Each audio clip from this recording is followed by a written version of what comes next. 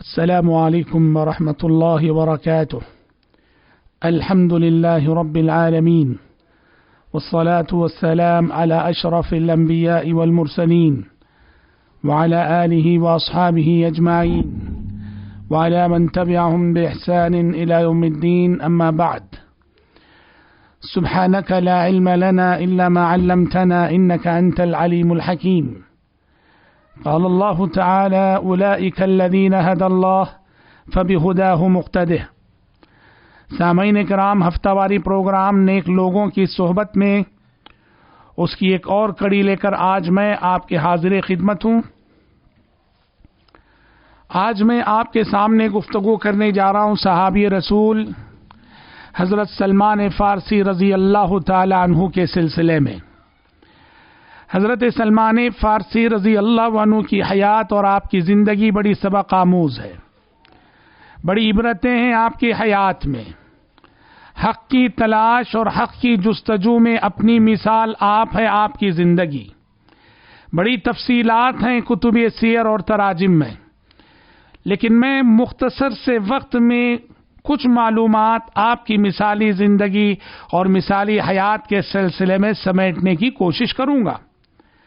حضرت سلمان فارسی رضی اللہ تعالیٰ عنہ فارس کے ایک مجوسی گھرانے میں آپ کی پیدائش ہوئی. اصبہان کے ایک بہت ہی مذہبی گھرانے میں ایک مذہبی باپ کے بیٹے تھے آپ، اور مجوسی آگ کے پجاری ہوتے ہیں، آگ کی پرستش کرنے والے ہوتے ہیں. گھرانہ مذہبی تھا تو بچپن سے ہی حضرت سلمان فارسی رضی اللہ عنہ کو باپ نے آگ کی پوجا اور پرستش کی مہم پہ لگا رکھا تھا، اور اسی عقیدے پہ وہ پروان چڑھنے لگے، پرورش پانے لگے. ہوا ایک مرتبے سلمان رضی اللہ عنہ کا گزر ایک چرچ پر سے ہوا، ایک کلیسا پر ہوا. دیکھا کہ ایک نیا عبادت خانہ ہے، نیا طریقے عبادت ہے. اندر داخل ہوئے، لوگوں سے معلوم کیا کہ یہ کون سا مذہب ہے اور یہ کیا طریقے عبادت ہے. چرچ والوں کی گفتگو سننے کے بعد وہ باتیں انہیں بڑی اچھی لگیں. حضرت سلمان نے مجوسی مذہب کو چھوڑ کر عیسائیت اختیار کر لی. ہم یہ کہہ سکتے ہیں کہ اس وقت انہوں نے جو عیسائیت اختیار کی گویا وہ مسلمان ہو گئے. کیوں؟ اس لیے کہ یہ اس وقت کی بات ہے جب پیارے نبی ابھی مبعوث نہ ہوئے تھے، اور جب پیارے نبی مبعوث نہ ہوئے تھے تو وہ مسلمان کہلاتے تھے جو عیسائی تھے. پیارے نبی سے پہلے آئے ہوئے پیغمبر عیسیٰ علیہ السلام ہی تھے. جب سلمان فارسی رضی اللہ عنہ نے عیسائیت اختیار کر لی اور آگ کی پرستش سے انکار کر دیا تو باپ نے حضرت سلمان کے ہاتھوں میں ہتھکڑیاں ڈال دی اور پیروں میں زنجیریں پہنا دی کہ کہیں یہ جا نہ سکیں. حضرت سلمان نے کسی طرح سے چرچ والوں کو یہ پیغام بھیجوایا کہ اگر شام سے کوئی قافلہ آئے کبھی بھی تمہارے پاس تو مجھے خبر دینا. اور چند دنوں بعد واقعتاً شام سے ایک قافلہ آیا. چرچ والوں نے کسی طرح خبر دی. حضرت سلمان نے اپنے فیملی ممبرز ہی میں سے کسی سے یہ وہ ہتھکڑیاں زنجیریں کھلوا لی اور سیدھے اس قافلے کے ساتھ ہو لیے. باپ سے، ماں باپ سے، رشتہ داروں سے، گھر سے، وطن سے جدائی اختیار کر لی اور اس قافلے والوں کے ساتھ ہو کر سرزمین شام پہنچ گئے. شام پہنچ کر وہاں کا جو مرکزی چرچ تھا، اس کا جو سب سے بڑا راہب اور پوپ تھا، اس کی خدمت میں رہنے لگے حضرت سلمان. اس کی خدمت کرتے ہوئے حضرت سلمان نے یہ دیکھا کہ وہ بہت ہی غلط قسم کا انسان ہے. وہ جو راہب تھا، وہ جو پوپ تھا، بڑا ہی غلط قسم کا انسان ہے. لوگوں سے کہتا ہے کہ صدقہ کرو، صدقہ کرو، اللہ کے راستے میں خرچ کرو، اور لوگ جب صدقہ کرتے ہیں، خرچ کرتے ہیں، دیتے ہیں تو اپنی جیب بھرا کرتا تھا. یہ سب دیکھتے رہے حضرت سلمان، بتایا نہیں، یہاں تک کہ جب اس پوپ کا انتقال ہو گیا تو حضرت سلمان نے اس کی تدفین سے پہلے لوگوں کو بتایا کہ دیکھو یہ اچھا انسان نہ تھا، یہ تو تمہیں کہتا تھا کہ اللہ کے راستے میں خرچ کرو، مگر تم خرچ کرتے تھے تو یہ اپنی جیب بھرتا تھا، اپنے خزانے بناتا تھا۔ اور لوگوں کو اس وقت یقین ہو گیا جب حضرت سلمان نے ثبوت کے طور پر اس نے جو خزانے اکٹھا کر رکھے تھے مٹکوں کی شکل میں، وہ خزانے بتا دیے۔ اس وقت لوگوں نے اس شخص کی لاش کو سولی پہ لٹکا دیا۔ بہرحال اس کے بعد حضرت سلمان نے ایک دوسرے راہب، ایک دوسرے پوپ کی صحبت اختیار کی، کہا مجھے اپنی تربیت میں رکھ لینا، اس لیے کہ مجھے حق پہ قائم رہنا ہے۔ اس کی صحبت میں رہے تاکہ اس کی وفات کا وقت آیا تو اس سے کہا کہ آپ انتقال کر رہے ہو، آپ کے بعد حق پہ قائم رہنے کے لیے مجھے کس کی صحبت اختیار کرنی پڑے گی؟ اس نے کہا نصیبین چلے جاؤ، نصیبین میں فلاں راہب ہے، اس کی خدمت میں جو ہے اس کی صحبت اختیار کرو۔ حضرت سلمان اس پوپ کی تدفین کے بعد نصیبین چلے گئے۔ نصیبین میں اس راہب سے انہوں نے درخواست کی، اس نے آپ کو اپنی خدمت میں رکھ لیا اور اس کی صحبت میں رہے، حق پر قائم رہے، یہاں تک کہ جب اس کے انتقال کا وقت آ گیا تو اس سے حضرت سلمان نے کہا بتائیے کہ آپ کے بعد حق پہ قائم رہنے کے لیے مجھے کس کی صحبت اختیار کرنی پڑے گی؟ اس نے کہا کہ میری وفات کے بعد اموریا چلے جاؤ، وہاں فلاں راہب رہتا، اس کی صحبت اختیار کر لینا۔ چنانچہ حضرت سلمان نے ویسے ہی کیا، اموریا چلے گئے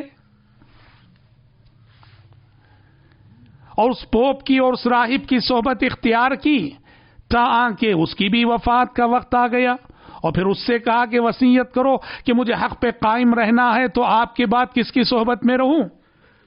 اس طرح مورخین لکھتے ہیں کہ 10 یا 10 سے زائد راہب بدلے، 10 یا 10 سے زائد راہبوں کی خدمت کی، 10 یا 10 سے زائد راہبوں کی صحبت اختیار کی حضرت سلمان فارسی رضی اللہ عنہ نے حق پہ قائم رہنے کے لیے۔ جو آخری راہب تھا، جو آخری پوپ تھا، جس کی صحبت میں حضرت سلمان فارسی رضی اللہ عنہ رہے، اس کی وفات کا وقت جب آیا تو اور حضرت سلمان نے اس سے وصیت چاہی کہ بتائیے کہ آپ کے بعد میں کس کی صحبت میں رہوں۔ اس نے کہا کہ سلمان دیکھو، میرے بعد عیسائیوں میں کوئی اچھا انسان اور کوئی حق پرست انسان مجھے نظر نہیں آتا، ایسا کرو حق پہ قائم رہنا ہو تو ہماری کتابوں میں جس آخری نبی کے آنے کی بشارت اور پیشنگوئی کی گئی ہے، اس آخری نبی کا زمانہ قریب آ چکا ہے، حق پہ قائم رہنا ہو تو بس اس آخری نبی کو پانے کی کوشش کرو۔ حضرت سلمان نے کہا کچھ علامتیں بتا دو مجھے۔ اس راہب نے علامتیں بتائیں، یہ جو آخری نبی ہے وہ کھجوروں والی عرب کی سرزمین میں آئیں گے، صدقہ نہیں کھائیں گے، ہدیہ قبول کریں گے، وہ صدقہ قبول نہیں کریں گے، اور ان کے کاندھے پر پشت پر مہر نبوت ہوگی۔ اچھا، یہ سب معلومات لے لی حضرت سلمان نے اس راہب سے، اور اس کے بعد اس راہب کا انتقال ہو گیا۔ حضرت سلمان جستجو میں تھے کہ کیسے عرب جائیں۔ ایک قبیلہ آیا، اس قبیلے والوں سے درخواست کی حضرت سلمان نے کہ مجھے اپنے ساتھ لے چلو، عرب لے چلو۔ قبیلے والوں نے انہیں لے لیا اور راستے میں غداری کر بیٹھے اور حضرت سلمان کو ایک مارکیٹ میں غلام کے طور پر بیچ ڈالا۔ لیکن اللہ کا کرنا دیکھیے کہ اس مارکیٹ میں حضرت سلمان کو خریدا ایک یہودی نے، جس یہودی کا رشتہ مدینے والوں سے جڑتا تھا، مدینے میں رہنے والے یہودیوں سے اس کی رشتہ داری تھی۔ حضرت سلمان کا اس طرح غلام کے طور پر بیچ دیا جانا ان کی زندگی میں ایک بہت بڑا حادثہ تھا، لیکن دیکھو کہ یہی حادثہ حضرت سلمان کو منزل مقصود پہ پہنچا رہا ہے، مدینہ پہنچا رہا ہے، اس لیے کہ اس یہودی نے خریدا جس یہودی کے رشتہ دار مدینے میں رہتے تھے۔ چنانچہ آگے چل کر اس یہودی نے حضرت سلمان کو اپنے اس چچا زاد بھائی کو ہدیہ کر دیا جو مدینے میں رہا کرتا تھا۔ اس طرح حضرت سلمان مدینہ پہنچ گئے۔ پیارے نبی صلی اللہ علیہ وسلم کی مدینہ آمد ہو چکی تھی۔ حضرت سلمان نے جاننا چاہا کہ کیا یہی وہ آخری نبی ہیں جن کے سلسلے میں انجیل نے بتایا اور جن کے سلسلے میں اس آخری راہب اور پوپ نے انہیں نصیحت کی تھی؟ جاننا چاہتے تھے۔ اب دو علامتیں اس نے بتائی تھیں۔ ایک علامت تو یہ کہ یہ آخری نبی صدقہ نہیں کھائے گا، ہدیہ قبول کرے گا۔ تھوڑا سا مال لے گئے حضرت سلمان، پیارے نبی کی خدمت میں پہنچے اور وہ مال یہ کہہ کے پیش کیا کہ لیجئے، یہ میری جانب سے آپ کے لیے صدقہ ہے۔ صدقہ کہنے کے ساتھ ہی پیارے نبی نے کہا کہ یہ مجھے نہیں، فلاں کو دے دو۔ کسی غریب اور مجبور صحابی کی طرف اشارہ کر کے کہا کہ فلاں کو دے دینا۔ واپس آ گئے حضرت سلمان۔ چند دنوں بعد تھوڑا سا اور مال لے گئے اور کہا کہ لیجئے، میری جانب سے آپ کے لیے ہدیہ ہے۔ ہدیہ کہنے کے ساتھ ہی پیارے نبی نے قبول کر لیا۔ تو ایک علامت پوری ہو گئی کہ جو آخری نبی آئیں گے، جو سچے نبی ہوں گے، وہ ہدیہ قبول کرنے والے ہوں گے، صدقہ نہیں قبول کریں گے۔ یہ علامت تو اپنی آنکھوں سے دیکھ لی حضرت سلمان نے۔ اب دوسری علامت دیکھنا چاہ رہے تھے، مہر نبوت۔ مجلس میں اٹھ اٹھ کر آپ کے پیچھے جا رہے تھے وہ۔ پیارے نبی سمجھ گئے کہ یہ کوئی اجنبی مہر نبوت دیکھنا چاہ رہا ہے، تو پیارے نبی نے اپنی چادر مبارک ہٹائی تو آپ کے کندھے پر ابھرا ہوا گوشت تھا، وہی مہر نبوت تھی۔ حضرت سلمان فارسی رضی اللہ عنہ نے جیسی مہر نبوت دیکھی، پیچھے سے فوراً چمٹ گئے، آپ صلی اللہ علیہ وسلم سے بوسہ لیا مہر نبوت کا، اور زارو قطار رونے لگے، زارو قطار رونے لگے۔ خوشی کے بھی آنسو تھے، غم کے بھی آنسو تھے۔ غم اس بات کا، گھر سے جدائی، ماں باپ سے جدائی، وطن سے جدائی، اپنے لوگوں سے جدائی، اللہ اکبر۔ اور خوشی اس بات کی تھی کہ حق کی تلاش اور حق کی جس جستجو میں نکلے تھے، وہ جستجو کامیاب ہو گئی، اور آخری نبی اور آخری رسول ان عین صفات کے مطابق انہیں مل گئے جو صفات کے آخری راہب نے انہیں بتائے تھے، اور جن صفات کے حوالے سے بائبل وغیرہ میں آخری نبی کا تذکرہ ہوا ہے۔ اس طرح حضرت سلمان فارسی رضی اللہ عنہ مشرف باسلام ہو گئے۔ اب غلامی خدمت اسلام کے راستے میں بہت بڑی رکاوٹ تھی، تو انہوں نے کسی طرح سے غلامی سے نجات حاصل کرنی چاہیے، تو انہوں نے بالآخر اپنے آقا کو راضی کر لیا۔ شرط یہ طے پائی کہ جب وہ اس کے باغیچے میں 360 کھجور کے درخت لگا دیں گے اور وہ درخت لگ جائیں گے، اگ جائیں گے، تو پھر وہ جو ہے حضرت سلمان کو آزاد کر دے گا۔ پیارے نبی سے حضرت سلمان نے بتایا تو پیارے نبی صلی اللہ علیہ وسلم نے کہا کہ دیکھو، تیاری کرو اور پودے لگانے کی جب باری آتی ہے تو مجھے آ کے بتانا۔ پیارے نبی خود تشریف لے گئے، اپنے دست مبارک سے وہ پودے لگائے۔ 360 پودے، 360 درخت پورے کے پورے لگ گئے، اگ گئے۔ زراعت سے آپ کا تعلق ہو تو آپ جان سکتے ہیں کہ درخت اور پودے جب لگائے جاتے ہیں تو اس میں سے بہت سارے ناکارہ ہوتے ہیں، اگتے نہیں ہیں، لیکن یہاں پیارے نبی کے دست مبارک سے لگے ہوئے پودے تھے، سب لگ گئے، اگ گئے، اور اس طرح شرط کے مطابق، معاہدے کے مطابق حضرت سلمان فارسی رضی اللہ عنہ کو غلامی سے نجات مل گئی، آزاد ہو گئے۔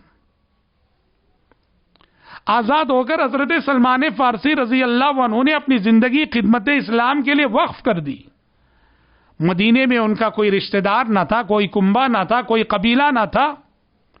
ان سے جب پوچھا جاتا تھا تمہارا حسب نسب کیا ہے، تمہارا خاندان کیا ہے، تو بڑے فخر سے فرماتے تھے انا سلمان بن اسلام، میں اسلام کا بیٹا سلمان ہوں۔ اللہ اکبر۔ حضرت سلمان فارسی رضی اللہ عنہ نے پیارے نبی کی صحبت میں رہتے ہوئے اسلام کے لیے بڑی قربانیاں پیش کی۔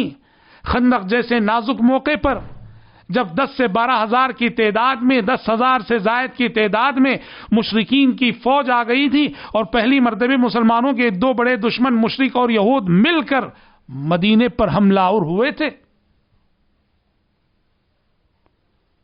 پیارے نبی نے صحابہ سے مشورے کیے کہ کیا کیا جائے، مشرکین کے اس لشکر جرار کو کیسے روکا جائے۔ مختلف مشورے آئے، لیکن اس موقع پر حضرت سلمان فارسی رضی اللہ عنہ کا مشورہ بہت کام آیا.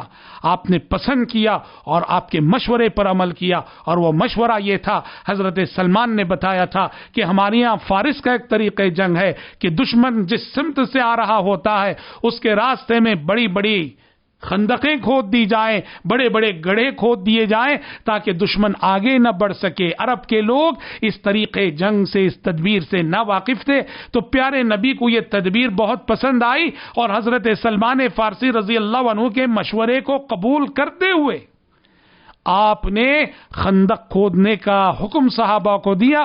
اور آپ جانتے ہیں کہ 10,000 سے زائد کی فوج جو مشرکین اور یہود کی آئی تھی, پوری تیاری کے ساتھ آنے کے باوجود پوری طرح سے ناکام اور نامراد لوٹی. یہ ایک مشورہ تھا حضرت سلمان فارسی رضی اللہ عنہ کا. بہرحال حضرت سلمان فارسی رضی اللہ عنہ کی زندگی میں اور سارے واقعات ہیں اور بہت سارے سبق ہیں. میں زیادہ طول نہ دیتے ہوئے انہی چند باتوں پہ اکتفا کرتا ہوں. سب سے بڑا درس اور سب سے بڑا سبق, حق کی تلاش اور حق کی جستجو کے لیے کتنی قربانی دینی چاہیے, کتنی جستجو کرنی چاہیے. اس سے بہتر واقعہ آپ کو نہیں ملے گا. کیسے وطن سے جدا ہوئے, ماں باپ سے جدا ہوئے, اور پھر 10 راہب بدلے, اور 10 راہب بدل کر کس طرح وہ پیارے نبی تک پہنچے. حق کی تلاش اور جستجو میں پیارے حضرت سلمان فارسی کا واقعہ اپنی مثال آپ ہے, اور اس بات کی بھی دلیل ہے کہ اللہ کی مدد بھی ایسے بندوں کے شامل حال کیسے ہوتی ہے, اور ایسے بندوں کو اللہ کیسے راہیں ان کے آگے کھولتا ہے. اس کا ایک زندہ نمونہ حضرت سلمان کا واقعہ ہے, حضرت سلمان کی زندگی ہے.